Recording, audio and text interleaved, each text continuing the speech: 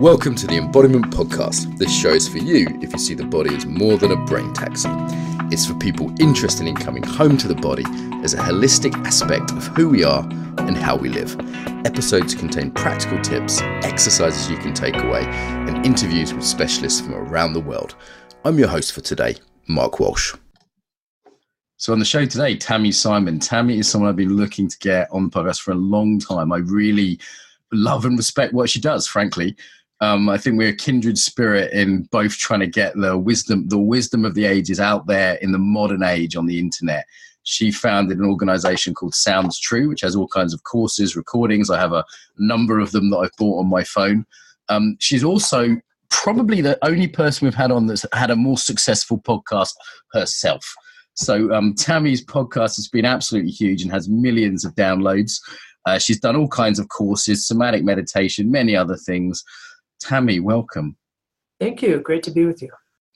So Tami, our kind of inroad into wisdom, if you will, is the body. So how did you get interested in the body? Because I know you've had a somatic meditation background as well as the company. Sure. Well, I started Sounds True when I was just 22 years old, and I worked with a lot of different spiritual teachers early on. And as I started being introduced to meditation at a young age, I developed a type of Kundalini disorder, if you will. And the way that manifested is that whenever I would sit down to meditate, I would start to shake. And, my shoulders would shake and my head would shake and everything in me would kind of shake. And it felt very uncomfortable for me to meditate. So I didn't know how was I going to find this mythic place of stillness when I turned into a shaking jumping bean the moment I started breathing into my body and entering the central channel. And it wasn't until I was 39 years old that I met a meditation teacher, Reggie Ray, who focused on what he called meditating with the body, that he introduced breathing as the earth as an important central practice in the way he helped people meditate. So what that meant was that I literally opened up my bottom, the bottom of my body, and the entryway into the central channel down at my sacrum. And I felt as if I was breathing in the energy of the earth, as if I was a mountain, sitting on a cushion as a mountain. And I could feel this sense of a taproot going down and anchoring me in earth energy. And when I was introduced to meditating in that way, really for the first time, I was able to sit and ground. And even though I still sometimes had the shakes, it was different. It wasn't like I was a shaking, jumping bean on the surface of the earth, unable to metabolize the energy of the universe that was flowing through my energy system. I was able to feel grounded and rooted and at home. So that was really the way that I found somatic meditation and found the body as my meditation home. Wonderful. I had a close friend that had this shaking thing in meditation. I know it's relatively common, and for him it was distressing as much as distracting as well, and must have been a nice relief to sort of find a school that could help you work with that. Yeah, and it wasn't so much that it only happened when I was on the cushion. The distressing thing was I started shaking in public and stuff like that when I wasn't on the cushion. And that was I didn't need one more element turning me into a weirdo. Yeah, I've got enough of those. So they don't tell you about this on the can when you take up mindfulness meditation, the Headspace app or whatever. They don't tell you that it can really lead to some quite serious and life-interfering things. I feel like that's underreported in this mindfulness craze. So a little bit maybe more on somatic meditation then, because we haven't had Reggie on, though I hope to get him on one day on the show. And, mindfulness, I appreciate that's a translation from the Pali, but it sounds very mental when one talks about mindfulness. And some people think of meditation as mind training, I've heard it described as. So, what would be this distinction between a somatic meditation and other approaches? Yeah, well, part of what drew me to Reggie's approach to meditation was that he talked about how a lot of people turn in to meditating as a floating head. So your head is watching your thought process, but you're not necessarily animating the entire interior space of the body, and you're not working with your subtle energy flows.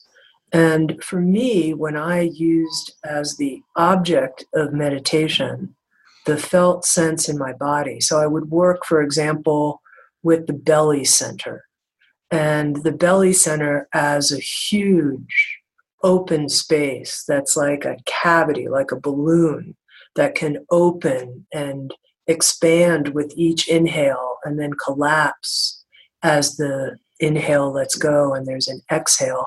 Suddenly I was inside my whole belly. Yes. This was incredibly helpful to me because I could see how there had been up to that point in my life a type of small fist that had been in my belly, some kind of knot, some way that I wasn't completely open to that current of energy flowing up from the earth so that it could inhabit the space of the belly in an unimpeded way. There was this knot in the belly. But just by bringing attention to it and breathing into that knot again and again and again, there was a kind of disentanglement of the knot that happened in time.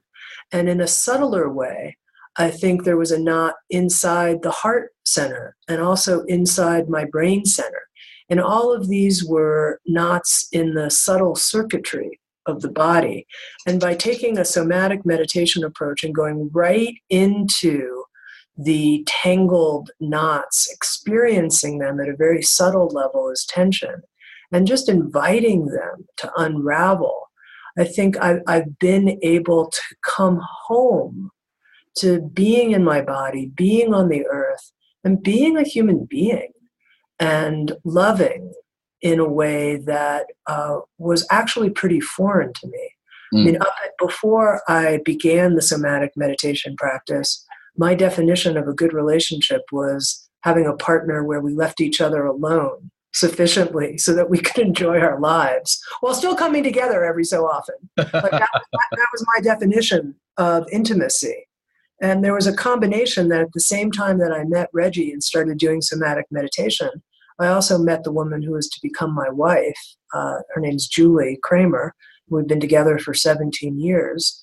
And it was clear to me that being able to be really face-to-face, intimate, relaxed, at home with another human being was a huge developmental task for me, and one that I could only take on if I was able to enter the belly, the heart, and the center of my head and be at home in my own body so I could be at home with our bodies together.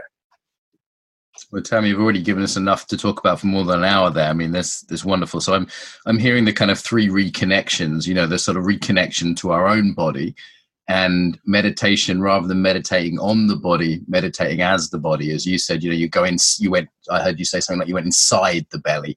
So it's not just like there's the body over there. I'm meditating abstractly on it as an object. It's that, for me, the embodied meditation is the going inside it, the really inhabiting the body. And then that enabling the reconnections with others, like, oh my God, there's this thing called intimacy that I wasn't even really aware of until I reconnected with myself, that was really even possible. And then the one that you've talked briefly about, but I know is a big part of Reggie's work, is the planet. You know, you talked about literally opening up to that, but then there's this kind of environmental impact of this work, right? Yeah, and it's not even environmental as in, you know, I'm going to join this group that is working to, you know, save the rainforests or a species, although of course that could happen. But it's actually feeling that we are an outgrowth of the earth in a similar way that a tree is. So it's like we look at a tree and we go, oh, the tree's part of the earth, but somehow we're different. We like parachuted in somehow. And the more that I connected, and some of this comes in from the practice of walking meditation and feeling the bottom of our feet as a receptive, open place for energy to come in up through the body with every step that we take. Interestingly, in my work at Sounds True at one point, I was interviewing an energy healer. Her name is Anne-Marie Chiasson, and she's written a couple of books on energy medicine. And she talked about how as people age, when you get to be over 40, if you don't know how to draw on the energy of the earth and bring it into your body, you'll basically run out of gas as a person. Like we don't have our own fuel center inside of us if we're disconnected and there's a sense that we're repelling this fuel source, which is the natural life force of the earth that we are an outgrowth of. So I started seeing myself as kind of like a walking tree in a sense. And I do feel that way. I feel like there's a sourcing that comes from nutrients from below, and then there's a natural fruit-bearing process of where we also generate fruit and shelter for other people. And it's possible to become, as a person, a huge human tree, and then to die like a nursing log that gives birth to life even after our death. And, this is an image, it's a metaphor, but I think when we start feeling this way versus like alien life form has parachuted in. And I think for a long time I did feel like an alien life form. One of my favorite authors who writes a lot about embodiment, her name is Judith Blackstone. I don't know if you've ever heard of her, Mark. A realization process, yeah? Yeah. And she wrote a beautiful book called Belonging Here. And I love that title. And it's a sense of, oh, I belong right here. And I think as a person, I never felt like I belonged until I was able to come into the body in a very real and palpable way.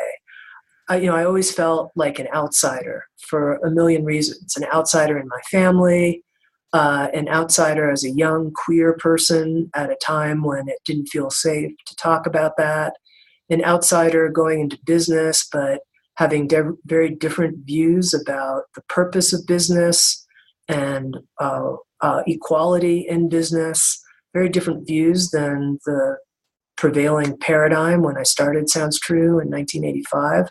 So I've always felt like an outsider.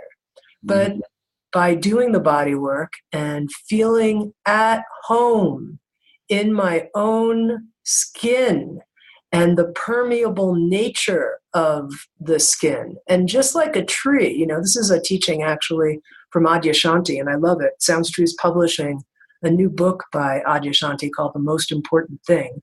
And of course, the most important thing is to know what the most important thing is. But in this book, he talks a lot about a tree. And when you look at a tree, what is a tree? You can't separate it from the sky, from the sunlight it gets. You can't separate it from its environment. If you tried to take a tree out of its environment, it wouldn't be a tree. It would be a piece of wood. It would be dead.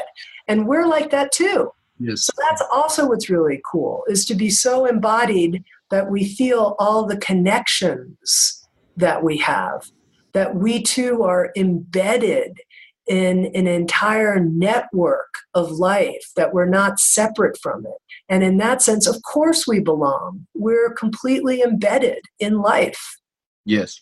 You've used this word home 3 times now, and you've talked about being at home in your body, and coming home to the body, by the way, is the tagline of this podcast. And you've talked about being at home with a partner and being, on the home of the earth. And it feels like to me that's one coming home process fundamentally. And, at the conference we had Philip Shepherd and David Abrahams and Glenn Matzis, and they were saying, look, I'm not suggesting you look after the planet because you think it's a good thing. I'm suggesting there's a way of reconnecting to yourself and therefore the planet where it seems like this the obvious thing to do. Yeah. And I think a lot of how do we express our activism as human beings, it comes down to what moves us. What do we care about? Yes. Where does our love go?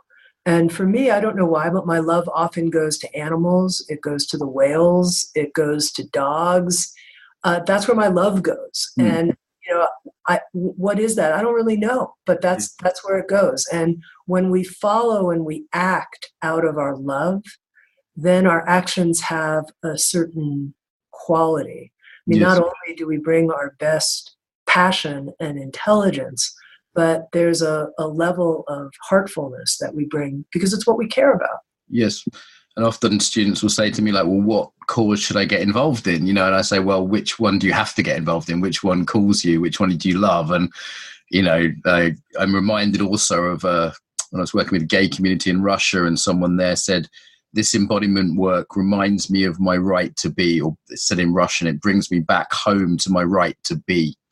And, I was thinking of that when you sort of talked about belonging, and how people from groups, whether they be individually sort of psychologically orientated that way, or there's this kind of reason in their family or to do with their ethnicity or whatever, feel like they don't belong. There's something about this coming home that's profoundly important. Yeah. Yep. Wow, I feel like I've just eaten a huge, rich spiritual sandwich already, and I need to go kind of let that lie down, let that digest, Tami. That was with gluten-free, Mark. It was gluten-free. Gonna have a wriggle and a move here, which is what I often do when interviewing people that listeners won't notice. Sometimes I stand up and I move around a bit, but so I feel like there's a few opportunities here, but there's one that's really unique in the body meditation and the reconnection piece. I could talk about with you all day. I'd love to hear you talk more about. However, the really unique piece I see from you is with the body online. So this is what I'm just coming out of the conference as this is recorded that we did, which was my first kind of big online event. We saw a profound deepening of what I thought was possible online. And it seems to me that we've had embodiment for a while, since the 60s at least, as a sort of Western practice anyway.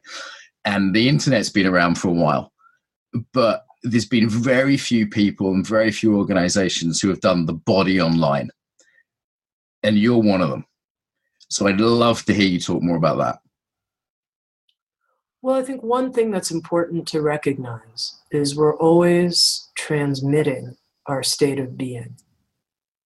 Whether a camera is rolling, whether we're being audio recorded, whether we're writing a note to someone, whether we're being seen or we're just by ourselves, we're always transmitting. So when it comes to the internet and what's possible, what's the input that's going in? Who's transmitting? What state of being are they in? Are they trying to impress people? Are they just spouting off? Are they just trying to get another Facebook like? Are they speaking from an open heart? Oh my God. If somebody's actually speaking from a wildly broken, open space of tenderness and care and concern, we'll feel that. We'll feel that in their tone. We'll feel that in the way that that person pauses, and that can be received. And just like books, in my early life as a spiritual journeyer, there are books that I loved so much. The state of mind of that writer made it all the way through to me several centuries later in reading the book and in absorbing it. So I think it's the same thing with the internet. The internet is an amplifier. It is a state of being amplifier. And the most important thing is, what are we amplifying? Nice question. And, this idea of transmission, I kind of used to think of that as a sort of slightly esoteric idea, or maybe a bit new age. And I also used to think of it that you had to be there in person. So, I met Zen masters, and all of a sudden I'm like, wow. I met you, and I remember thinking, who is this glowy person that's this, there's a state that's there standing. I remember when I met you a few years ago, I was like, okay, I don't know who this person is, but they definitely practice something, was my feelings. I hadn't been introduced to you. I just went, this is someone who does a practice, clearly, because of their state. But I was surprised how much of that could be conveyed online through voice, through picture, especially through live online. We found that the breakout groups, people were really connecting with each other. Sure. I think I maybe haven't been surprised because, I started in the audio business, as I mentioned, back in 1985. And what I would do is I would run my little one-person business during the day. People would purchase audio programs, but at night I would edit. And I'd put on a pair of headphones and I would take a talk that someone had given and I would very, very carefully edit it to make sure that it flowed beautifully, etc. And in the process of editing, I would commune with the voice of the speaker to the point where there was a Rinpoche, for example, who ended up somewhat, okay, I'm just going to say it, like embedded in my 8th chakra. I could feel his presence up above me just because I had headphones on and I'd been editing the content hour after hour after hour. Well, of course that makes sense. Yes. His voice was inside me. Yes. And I was listening very, very carefully and I was open. I was open to be impacted by the presence that was communicated. So that was just the voice. Now you have a visual component being added on and you're happening in real time where the person is a part of a real-time interchange. Sure, it's not the same as being in person. It's not as powerful as being in person, but it's pretty gosh darn powerful nonetheless. Yes. Yes, I was myself and first the team, because they were on the most calls, and then participants started reporting very strong kind of altered states from the conference. And we were surprised at how much emotion was coming up in the different groups. And I kind of had previously said, well, this is kind of a trade-off. It's not really as good as a sort of real life, inverted commas, event, as someone who's mostly done face-to-face training. And eventually I concluded there's something else here. And not only is lots of depth capable with these kind of online events, or just listening back through podcasts. I listen to people's podcasts and that I recorded with them and really let them resonate with me as I walk along in Brighton. But it also felt like almost like the group world, and this doesn't sound grandiose, the world body is kind of turning a corner. There's a way in which the sort of disembodiment online that's so normal that people aren't feeling their body, and as a result, all the flame wars and the lack of empathy and the trolling and all the other things we see online. I think something else is emerging now, a kind of world online body as a result of the lead edge in this work, your own work, the conference, other things. Something's emerging online, which is new. Gosh, I hope so.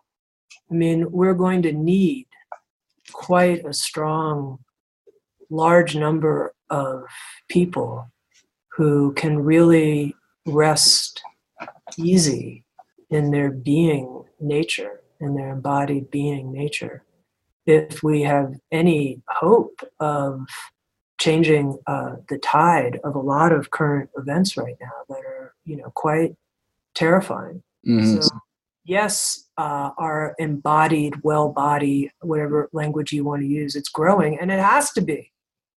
We need it to be. Yeah, and I'm also was really listening in the conference to a sense of, guys, it's late in the day. Like, okay, let's get this together. This is needed now, like an urgency. And I feel like often in the States, there's a real feeling of threat that's fairly extreme, which in Europe isn't quite so conflicted. We don't have Trump ruling here. However, there's still globally this sense of urgency to getting it together in this way. Yeah, I know in my own life, it's paradoxical, but I simultaneously feel a sense of urgency and a sense of deep relaxation and peace. And somehow they're able to coexist in my being, meaning I want to come every day from a place that is deeply rooted, you could say, in the timeless. That's not getting, too caught up in what feels like almost, what would be the word? It's almost like we have a flu as a group, and everybody's catching it, and it's Mm-hmm. it's this fear flu, and I don't want to catch that. Yes. You know, Eckhart Tolle talks about this quality that you can carry presence with you as a type of immunity to catching the pandemic fear in the culture as a whole. So to me, it's how do we come from a place of groundedness and presence? We know that there are many dimensions that are at work beyond the human dimension. I mean, I sense that, I feel that. And simultaneously, in an urgent way, bring our full self. Don't hold back. I'm not going to hold back right now here with you, Mark. I'm not going to hold back what matters the most, which is being a truth teller. So I'm not going to, tiptoe or act like we may get this chance to talk again. We might not get this chance to talk again. This might be it between you and me. We never know.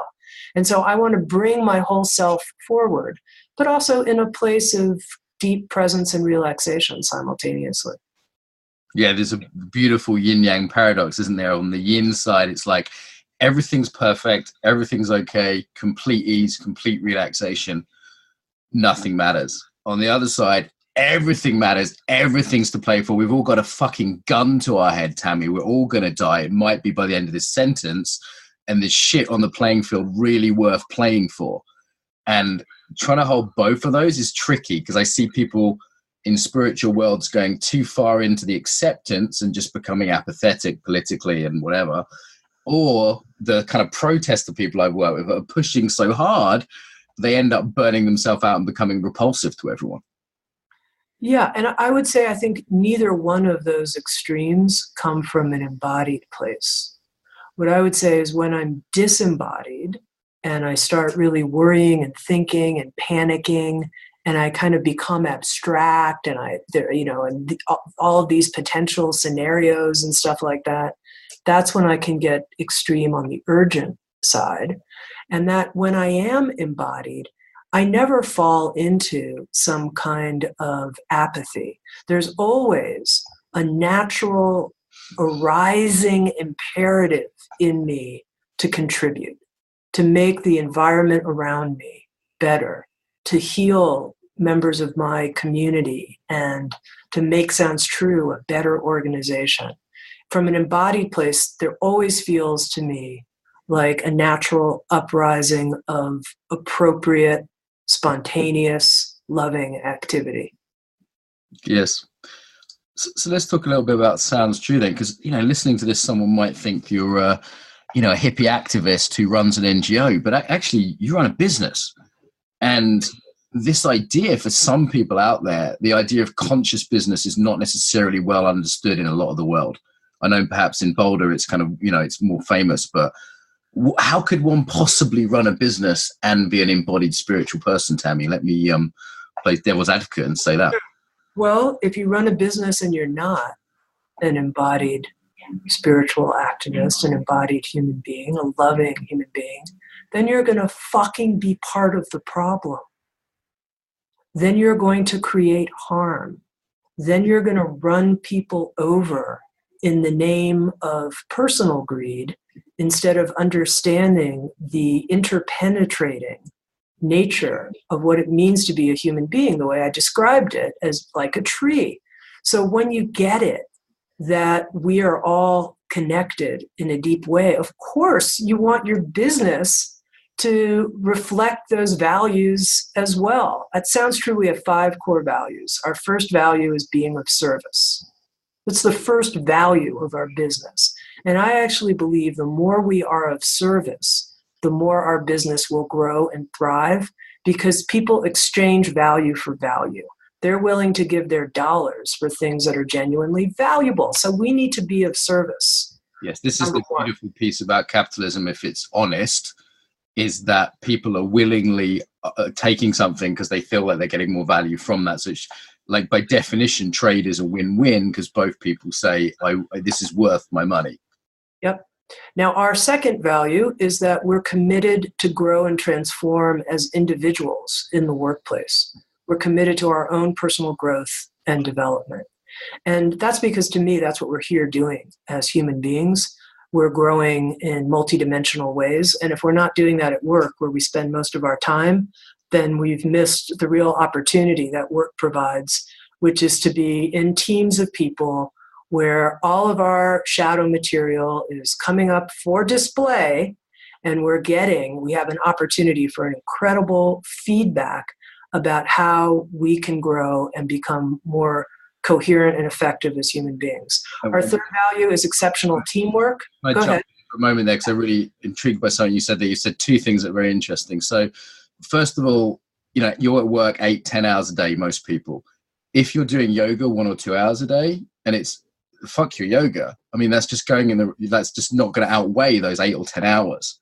And the second thing here is the idea that there's a in the same as many people would understand an intimate relationship, in any kind of power-based or financial relationship, there's a tantra there, right? There's a bringing up of juicy content that, if can be, usually is just ignored, and the growth potential of seeing how you project on your boss or whatever is just ignored. There's actually some really juicy stuff there.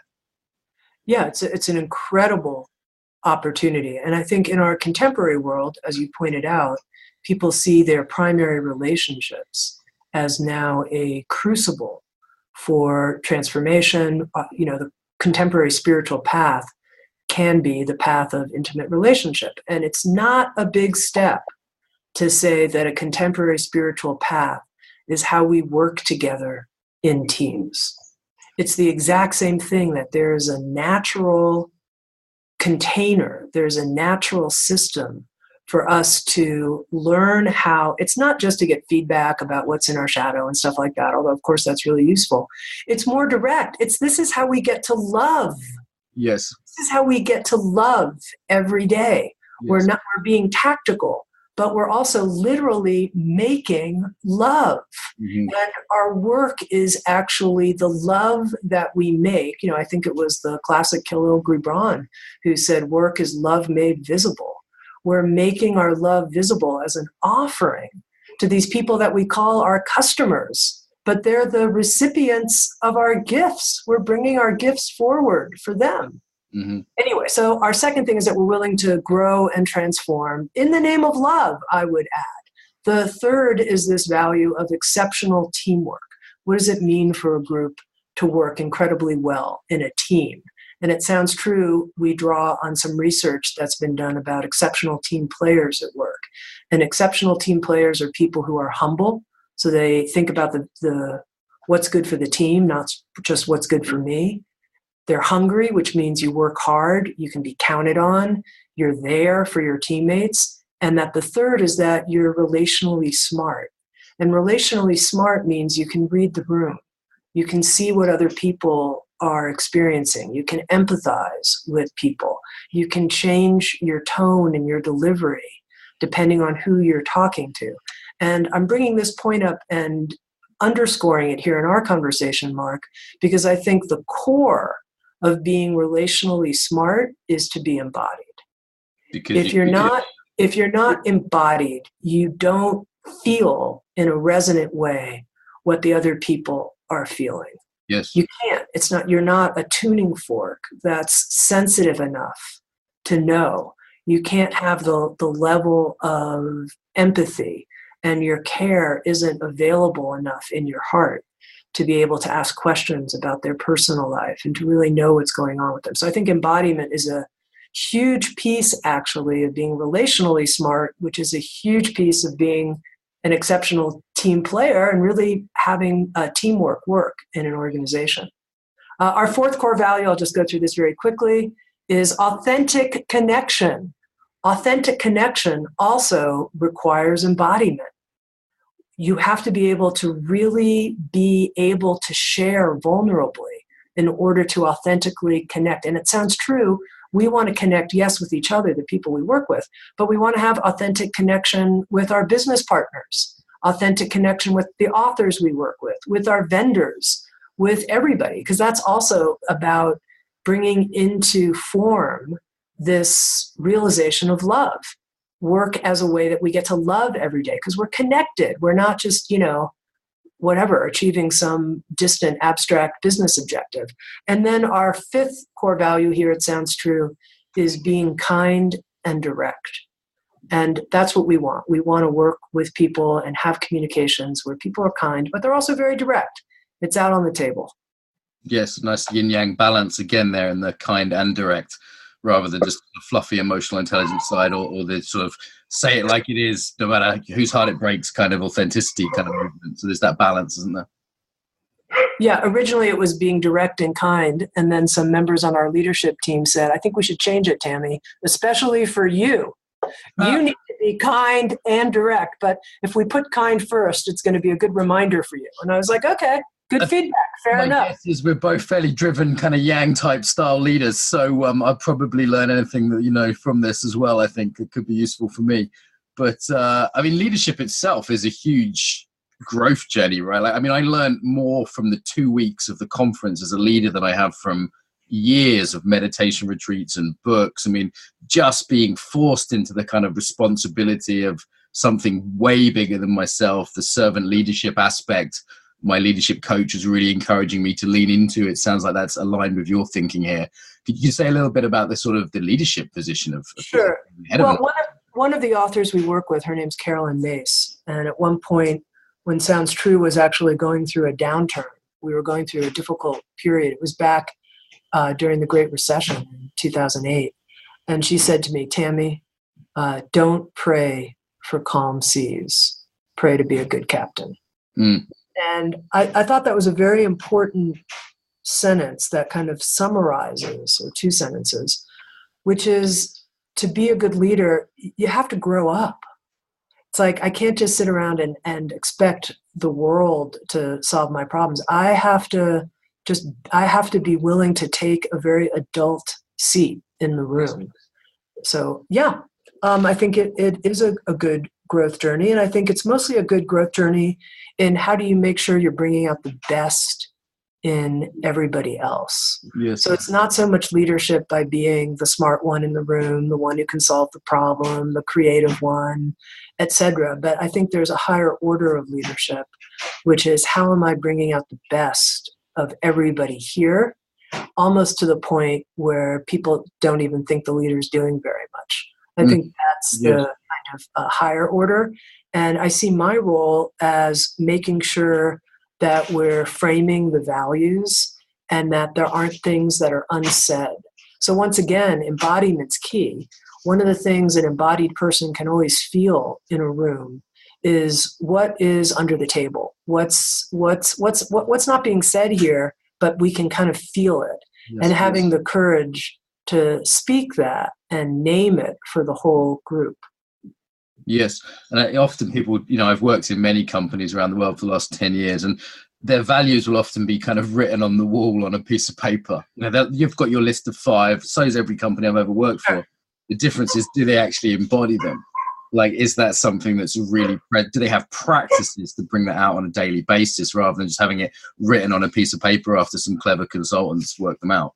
Well, and do you let people go who don't embody them? Uh-huh. Do you hire fire and reward around them, I would say. Exactly. Yeah. Well said. Yeah. Those practices need to be there, or else, if the value is honesty, but people get promoted for lying, then that's not really the value that's embodied there. So Tami, just a slight change of track here. I feel like I really want to ask you about this. Do you ever get overdosed on, like, because I have some pretty great people on this podcast, but for many more years, you've been listening to, first editing, selling, big interviewing, just some of the greatest spiritual minds of our age, the sort of Thich Nhat Hanhs, the Adi Ashantis, or these kind of people. At a certain point, do you just OD on it and go, enough spiritual wisdom, I'm going to watch Game of Thrones? Game of Thrones would not be my TV choice. I have been watching Madam Secretary. I don't know that one. It sounds fun. It's okay. It's a female Secretary of State, and I like her as a character, and I like the quality of her marriage with her husband, Henry. Okay. So it's not trash. So, yeah, I mean, I think that actually, believe it or not, I have a pretty balanced life. Okay.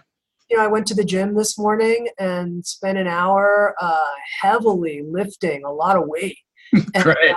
Yeah. And, I was killing it. And A yang embodied practice, Tami? Is that what you need? Like, it sounds fun, though. It sounds fun.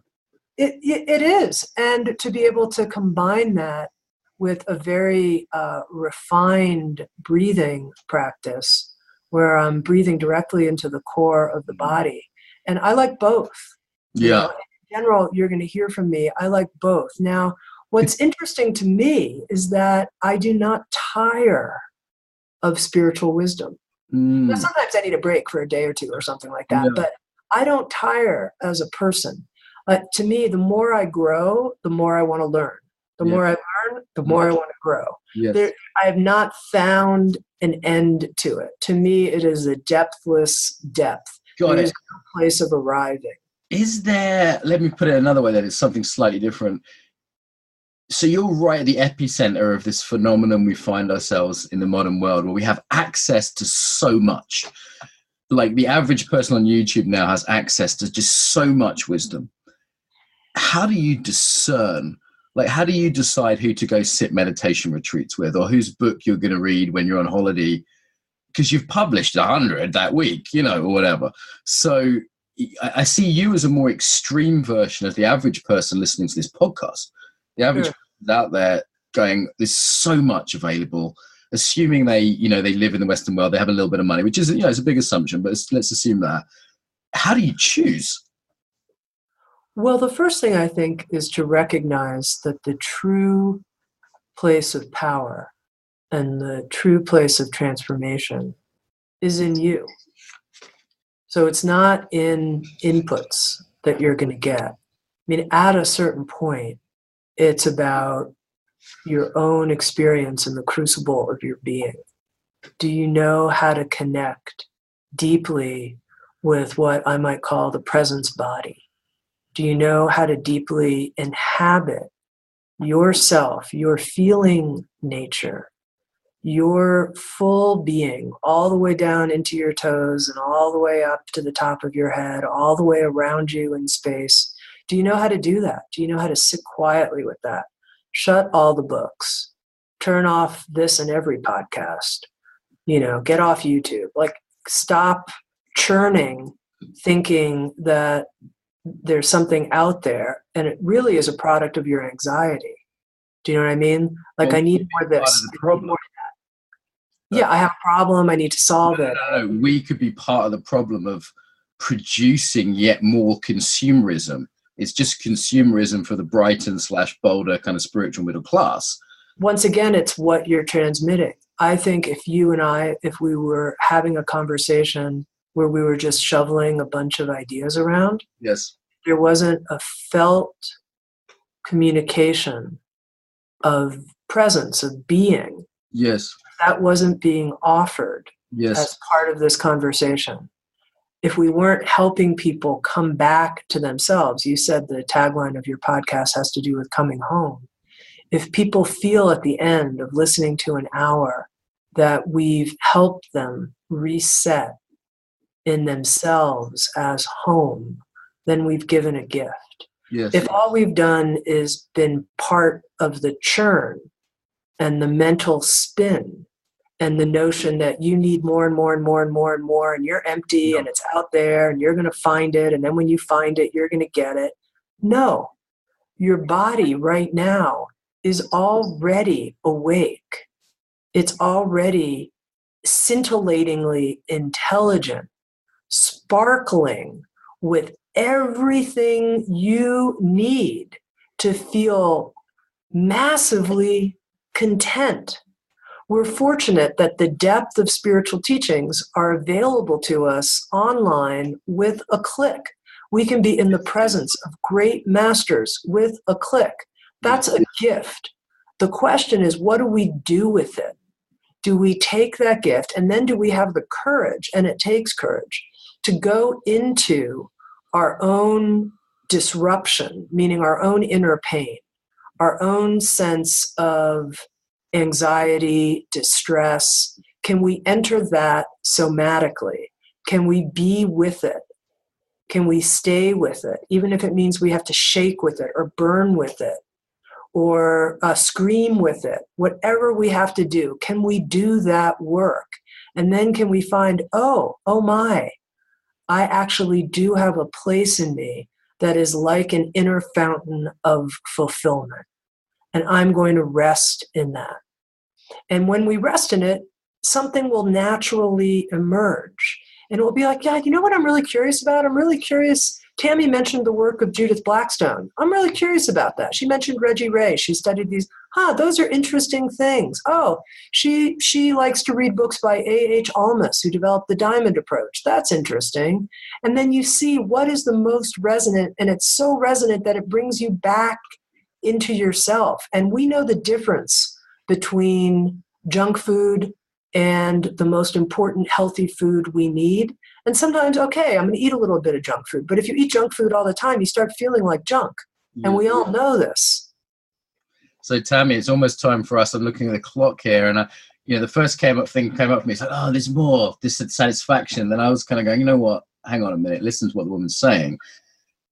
I think there's a piece here around gratitude as well. Like, how wonderful a time do we live in that we can put this stuff out there on our podcasts, in your case, the audio courses you do, that this stuff is available. It's just like, I get emotional, like thinking about how cool it is.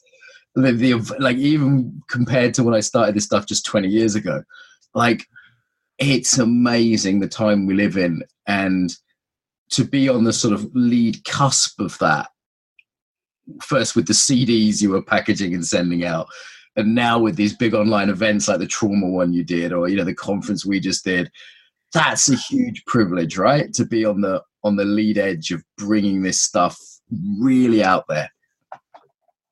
Well, once again, I'm going to quote Adyashanti, one of my favorite teachers, and it's basically this notion that we can feel that we're blessed and we can be a blessing. And I think that second step of being a blessing in the lives of our community and other people, that's the responsibility we have for connecting deeply with the Dharma, is to be a blessing. I think that is a wonderful place to wrap up. In terms of finding Sounds True, they can find it at soundstrue.com, right? Exactly, soundstrue.com.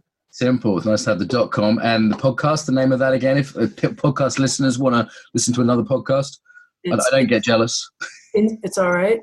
Insights at the Edge. Well, Tami, this has been wonderful. I've enjoyed. I was a bit nervous to speak to you actually, but I didn't realize you were quite so fierce, and I find a sort of kindred spirit in that quality as well as in the work you do, which came as a wonderful surprise. I've enjoyed kind of almost wrestling with you in this. It's felt.